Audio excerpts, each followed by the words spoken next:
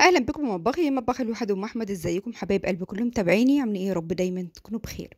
صباح الخير وصباح الورد وصباح الفل وصباح الهمه والنشاط على الصبح.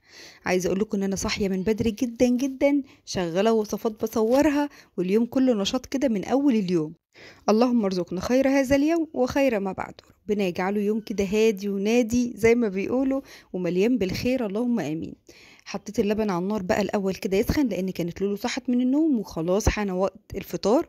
وطبعا هي ما راحتش المدرسه لان هي امبارح وقعت على رجلها ورجلها ورمه ومش عارفه تمشي عليها، فقلت لها خلاص ريحي النهارده من المدرسه، ودهنتها لها وربطتها لها. اما نشوف رجلها في ايه النهارده، هنشوف لو هي بقت تمام مفيش مشكله، مش تمام هناخدها بقى ونروح نعمل لها اشعه، لان هي واقعه على العظمه بتاعت رجليها وهي ورمه شويه.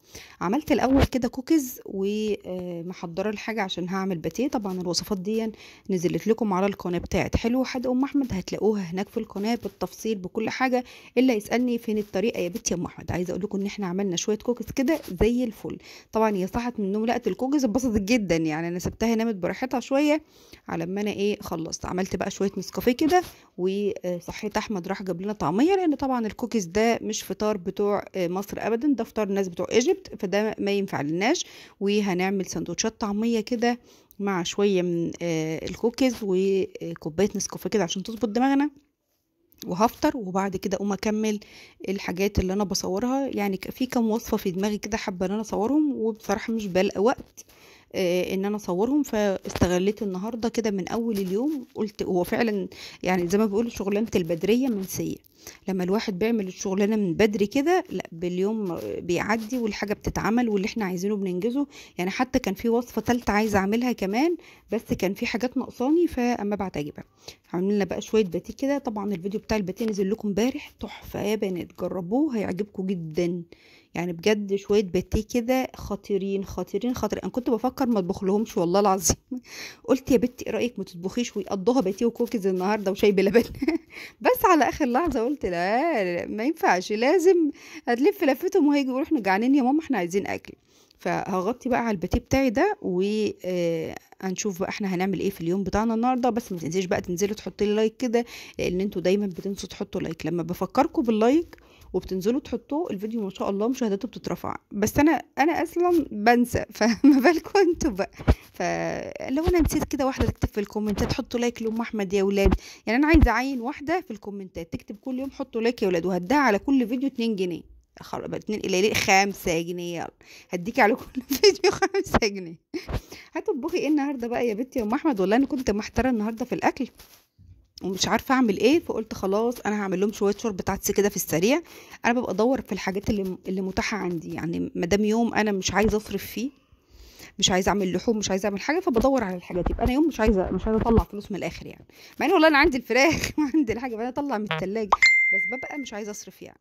فلقيت عندي عدس كده، هعمل شويه شوربه عدس بقى. وبما انكم في الكومنتات يا بنتي يا ام احمد انت ليه بتحطي على العدس شعريه؟ العدس بيتعمل كده من غير شعريه، حطي الشعريه على الرز. قلت اما اجرب، ما يجراش حاجه يا ولاد، انا شاطره وشطوره وحلوه واموره ونجرب ليه لا يعني. فحطيت المره دي الشعريه على الرز. بس بصراحه احنا متعودين ان العدس يبقى جواه حاجه، احنا بنشتغل بالمعلقه بنلاقي حاجات بتجري فيه فبناكل، اللي هي الشعريه يعني.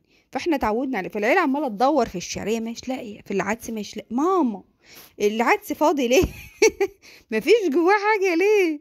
قلت لهم والله ان انا قلت اما اجرب المره دي نحط الشعريه على الرز، وهو كان كده كده وبقى نفس الطعم يعني، لان هو كده ده بيبقى فيه وده بيبقى فيه.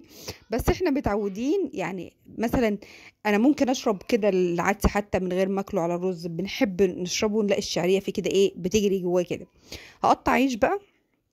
احنا بنحب قوي العيش المحمر ده بشويه زيت كده وبحمره، وبرش عليه بهارات بطاطس، ولو مفيش بحط عليه بهارات فراخ بيبقى طعمه حلو قوي. وبعمله كده مع العدس بقى. يا اما بنحطه في اللي حابب يشربها كده بيحط العيش المقرمش ده مع العدس نفسه في الشوربه يعني ويشربها، يا اما بنحطه على رز يبقى زي فتة العدس كده، بيبقى جميل في الحالتين يعني. انا طبعا عملت الرز اهو حطيته على النار، والعدس كان بيغلي جنبي.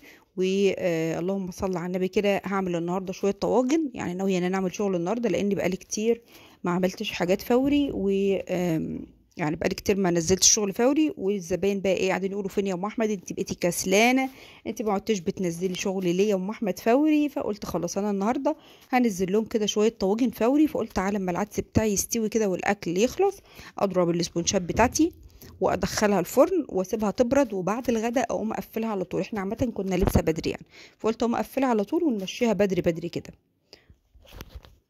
ومش كسل والله، انا بقالي فتره حاسه ان انا طاقتي نفدت.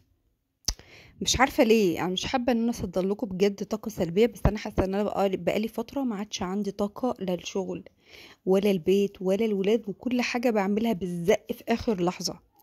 لو انا بقوم اعمل البيت بالزق كده في اخر لحظه عشان مش طايقه اقعد فيه كده، بقوم اغسل المواعين بالزق في اخر لحظه عشان مش هعرف اسيب الحوض كده، بقوم اعمل الاكل في اخر لحظه عشان في ولاد جايه من المدرسه عايزه تاكل، بقوم اعمل الشغل في اخر لحظه اللي هو خلاص وقت التسليم ما عادش عليه الا ساعتين ثلاثه.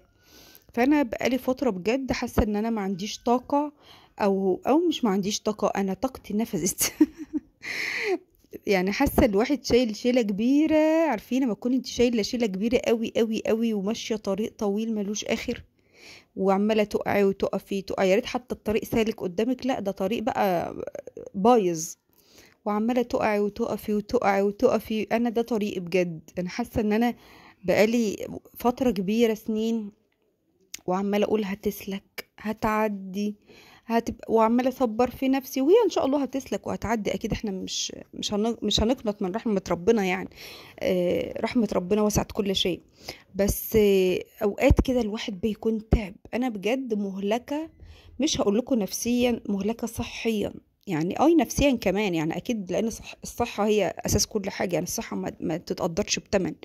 بس انا بقالي فتره بجد حاسه ان انا مهلكه، ومهما اريح ما برتاحش. يعني مهما تقولي ريحي يا ام احمد، انا والله ما بقيت، انتوا شايفين، انا ما بقيتش اشتغل كتير زي الاول. ده انا كنت الاول بطلع في اليوم 5 6 اوردرات و5 6 طرق، انا ما بقيتش اخد اوردرات اصلا، بقيت ارفض اوردرات كتير، وبقيت ازعل ناس كتير مني، وما بقيتش اعمل شغل كتير.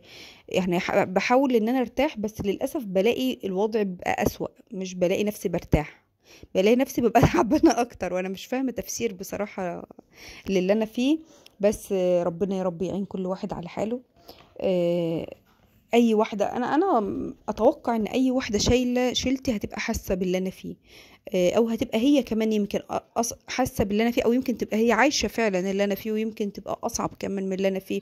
المسؤوليات الكتيره اللي حواليكي دي بتعملك زي ما كنت تربله في دماغك، ما تكوني انت شايله بيتك وطبيخك وغسيلك وشغلك وولادك ومذاكرتهم وحالهم، وبتفكري وعايزه الواد ده يبقى كويس، وعايزه الواد ده يبقى حلو، لا الواد ده عامل مشكله النهارده، لا البت دي يعني بتزن وبتعيط النهارده، لا اللي وقع في المدرسه، لا اللي مسمار دخل في رجله، لا اللي اتخبطت في رجلها، لا.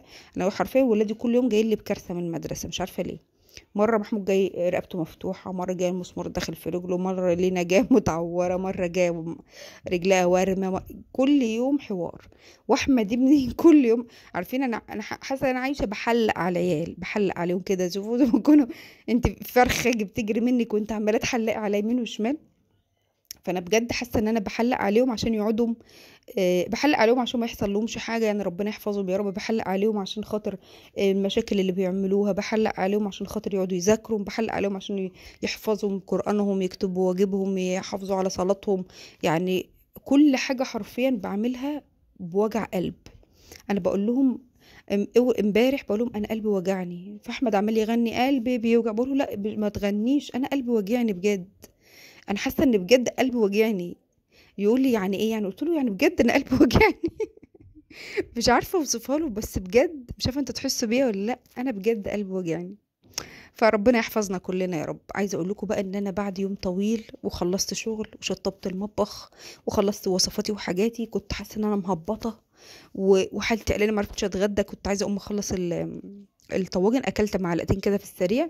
قلت يا بنتي يا ام احمد بقى اضربي لك 2 باتيه واحشيهم لانشون وجبنه وشويه شاي. ده عايزه اقول لكم بعد ما الولاد نامت، كانت الساعه دلوقتي 9، انا ولادي بيناموا الساعه 9، وانا هاخدهم بقى واروح اتعشى وانام، واشوفكم فيديو جديد، مع الف سلامه.